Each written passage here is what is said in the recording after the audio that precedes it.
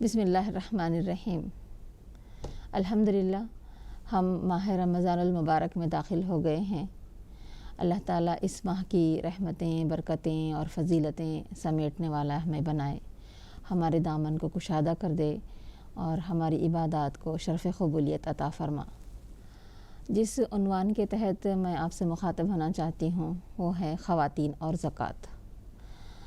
رمضان کا مہینہ آتے ہی زکوٰۃ کے سلسلے میں، زکوٰۃ کی ادائیگی کے سلسلے میں، زکوٰۃ کو حاصل کرنے کے سلسلے میں سرگرمیاں اکثر شروع ہو جاتی ہیں، اور یوں محسوس ہوتا ہے کہ زکوٰۃ اور رمضان کا کوئی تعلق ہے۔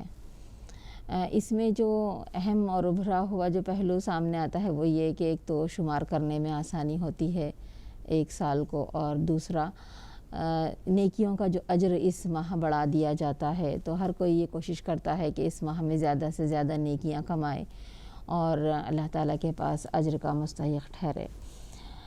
لیکن ضروری نہیں ہے کہ ہم رمضان کو ہی اس زکوٰۃ کے لیے مختص کر دیں۔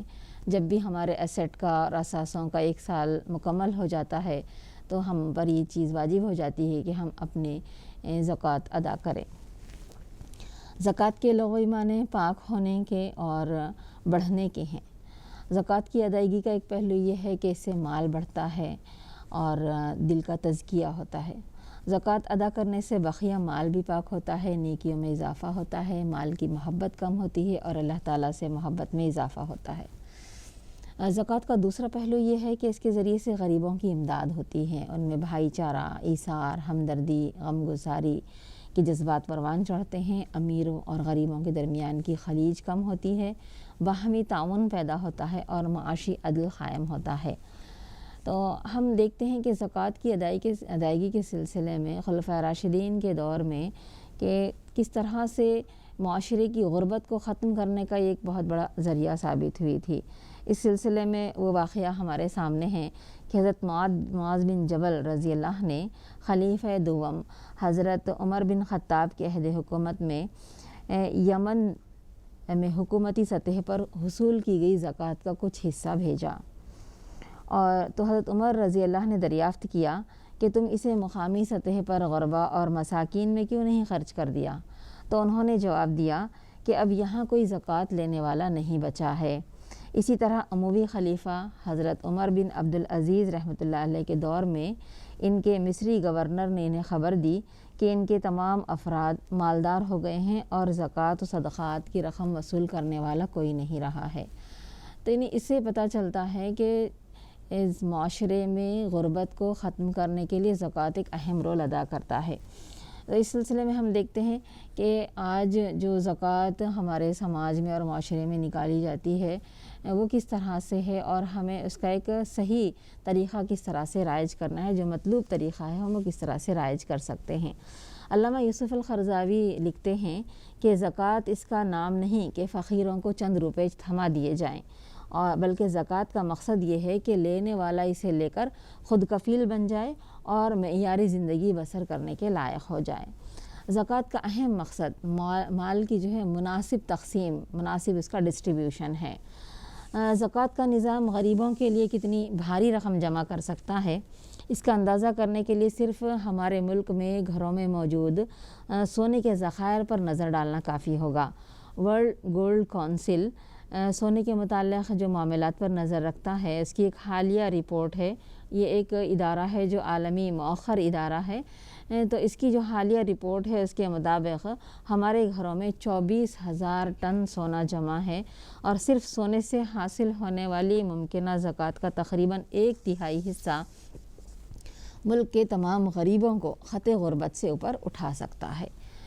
ہم دیکھتے ہیں کہ ہمارے سماج میں غربا اور مساکین کی بھی دو قسمیں پائی جاتی ہیں، ایک پروڈکٹیو ہوتے ہیں اور ایک نان پروڈکٹیو۔ نان پروڈکٹیو جو غربا ہوتے ہیں ان میں بوڑھے، اپاہج، معذور، بیوہ اور انتہائی غریب افراد ہوتے ہیں جن کی بنیادی ضرورتیں بھی پوری نہیں ہو پاتی ہیں، تو ایسے لوگوں کی ضرورتیں پوری کرنا۔ اور دوسری طرف وہ غربا اور مساکین ہوتے ہیں جو پروڈکٹیو ہوتے ہیں، یعنی کچھ اس طرح کے غربا ہوتے ہیں جو طاقتور ہوتے ہیں، یعنی انہیں کوئی عذر لاحق نہیں ہوتا. ایسے لوگوں کو کچھ مشین، انہیں کچھ اوزار یا کچھ اگر انہیں ہنر سکھایا جائے تو یہ خود کفیل ہوں گے، خود اپنی بھی کفالت کر سکیں گے اور اپنے متعلقین کی بھی کفالت کر سکتے ہیں. تو زکوٰۃ کا ایک بڑا حصہ ہم کو یعنی پروڈکٹیو جو ہمارے غربا ہیں ان پر ہمیں خرچ کرنے کی ضرورت ہے. اب ہم دیکھتے ہیں کہ زکوٰۃ کی ادائیگی کے سلسلے میں ہمارے سماج میں جو موجودہ صورتحال ہے وہ کیا ہے. ایک تو یہ ہے کہ زکوٰۃ پوری طرح نہیں نکالی جاتی، باقاعدہ حساب لگا کر پوری طرح سے اس کو ادا نہیں کیا جاتا. دوسرا، زکوٰۃ کی ادائیگی کے جو رائج طریقے ہیں اس میں ہر زکوٰۃ ادا کرنے والا ہر شخص اپنے طریقے پر اس زکوٰۃ کو کئی حصوں میں تقسیم کر کے ادا کرتا ہے. جیسے کچھ کپڑے دے دیے ہیں، راشن وغیرہ. اور بڑے بڑے شہروں میں دولت مند گھرانوں کے سامنے غربا اور مساکین کی جو قطاریں لگی ہوئی ہوتی ہیں، ان میں 1000 روپے، 500 روپے کچھ راشن اور کپڑے اس طرح سے تقسیم کر دیے جاتے ہیں. تو ایسی منتشر اور منقسم جو زکوٰۃ ہوتی ہے تو اس سے غریب افراد کی ایک وقتی طور پر ان کی جو ضرورت ہے وہ تکمیل پاتی ہے، لیکن غربت کا خاتمہ نہیں ہوتا. تو زکوٰۃ کی ادائیگی کا مطلوب طریقہ یہ ہے کہ اس کا اجتماعی نظم قائم کیا جائے جس سے غربت کا خاتمہ مطلوب ہو. اور اسلام میں زکوٰۃ باقاعدہ ایک انسٹیٹیوشن ہے. زکوٰۃ کی جمع کرنا اور اس کو تقسیم کرنا اور غربت کے جو ہے خاتمے اور طویل المیعاد معاشی ترقی میں زکوٰۃ ایک اہم رول ادا کرتی ہے. یہی وجہ ہے کہ کئی علماء نے یہ موقف اختیار کیا ہے کہ زکوٰۃ کا اجتماعی نظم قائم کرنا امت کے لیے ضروری ہے. مولانا ابوالکلام آزاد نے تو یہاں تک کہ لکھا ہے کہ انفرادی طور پر زکوٰۃ کی ادائیگی اسلام کی تعلیمات اور زکوٰۃ کی روح کے خلاف ہے. اسلامی حکومت کی غیر موجودگی میں مسلمان ویسے ہی اجتماعی نظام زکوٰۃ کو ملت کی اجتماعی کوششوں سے قائم کر سکتے ہیں جیسے نماز جمعہ اور نماز کا نظام قائم ہے. تو ہم نے یہاں دیکھا کہ زکوٰۃ کس طرح سے نکالی جاتی ہے، اس کے رائج طریقے کیا ہیں. اب ہم یہ دیکھتے ہیں کہ اس سلسلے میں خواتین کیا رول ادا کر سکتی ہیں. جیسے ہم نے سنا ورلڈ گولڈ کونسل کی جو رپورٹ ہے اس کے مطابق 24,000 ٹن سونا ہمارے گھروں میں ہے. تو اکثر زیورات کی جو مالک ہوتی ہیں خواتین ہوتی ہیں. تو ان سے جو زکوٰۃ نکلتی ہے اس کا پورا حساب لگانا اور اس کی پوری طرح سے زکوٰۃ نکالنا یہ ہم خواتین کے لیے ضروری ہوتا ہے. دوسرا، ہم خواتین کو صاحب نصاب بننے کی ہمیں کوشش کرنا ہے.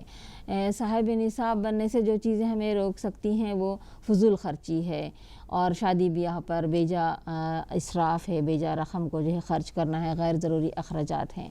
اور ہم دیکھتے ہیں کہ امیٹیشن جویلری میں اور بھاری بھاری ڈریسز بنانے میں کئی ہزاروں اور لاکھوں کی جو ہے رقم اس میں خرچ کی جاتی ہے، جو کہ صرف خرچ ہوتا ہے، اس سے کوئی ایسٹ نہیں بنتا ہے.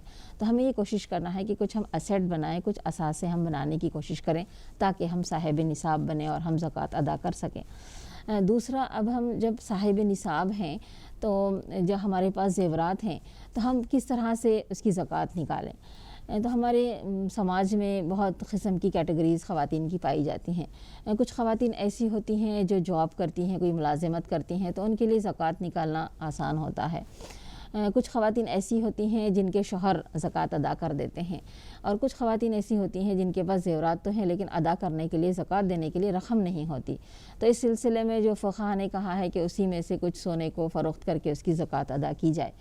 لیکن اس سلسلے میں اگر ہم کچھ منصوبہ بندی کرتے ہیں اور سال کے شروع ہونے سے پہلے اگر ہم کچھ اس طرح سے پلاننگ کرتے ہیں تو انشاءاللہ ہم زکوٰۃ بہتر انداز میں جمع کر سکتے ہیں. جس میں ایک کام یہ ہو سکتا ہے کہ ہم زکوٰۃ ڈبہ ایک بنا سکتے ہیں. یعنی ہمیں جو اخراجات کے لیے رقم ملتی ہے اس میں سے جو بھی پیسہ پس انداز ہوتا ہے اس کو ہم اس ڈبے میں ڈالتے چلے جائیں تو سال کے اختتام تک ایک رقم ہمارے پاس جمع ہو جائے گی اور ہم اس کو آسانی سے زکوٰۃ میں خرچ کر سکتے ہیں. دوسرا، ہماری کچھ متمول اور دولت مند خواتین ہوتی ہیں تو وہ اس طرح سے کچھ اس طرح کاروبار شروع کر سکتی ہیں جس میں دوسری بھی ہماری جو دوسری خواتین ہیں ان کو بھی روزگار مہیا ہو سکے، انہیں بھی روزگار مل سکے.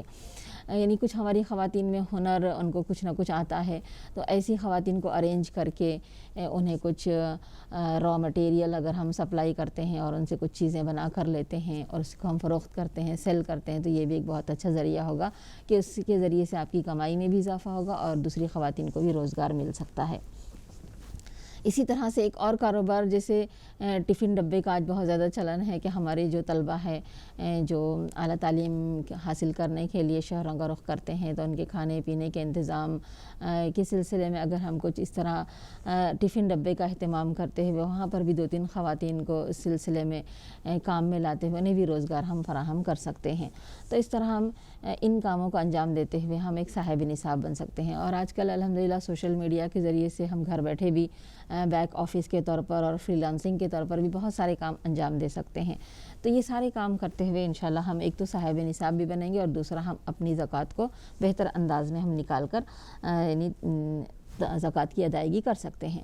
لیکن اس سلسلے میں ہم تمام خواتین کو سوچنا اور غور و فکر کرنا ہے کہ ہم اپنی زکوٰۃ کو منتشر اور منقسم انداز میں ہم نہ دیں، بلکہ ہم یہ کوشش کریں کہ ہمارے اطراف میں جو بھی اس طرح کی تنظیمیں یا ادارے ہیں جو اجتماعی زکوٰۃ کا نظم قائم کر رہے ہیں تو ہماری کوشش یہ ہو کہ ہم اس اجتماعی نظام میں اس میں اپنی زکوٰۃ کو لے جا کر دیں، ہم وہاں پر اس کا حصہ بنیں.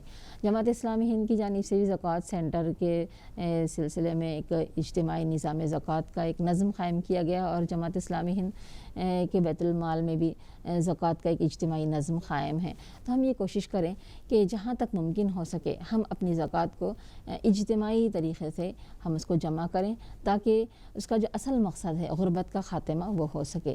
اس کی طرف ہم تمام کو متوجہ ہونا ہے. اللہ تعالی ہم سب کو اسلام کے اس اہم رکن کی صحیح اسپرٹ کو سمجھنے والا اور اس کو بہتر انداز میں کرنے کی ہم سب کو توفیق عطا فرمائے. آمین. وآخر دعوانا ان الحمد للہ رب العالمین.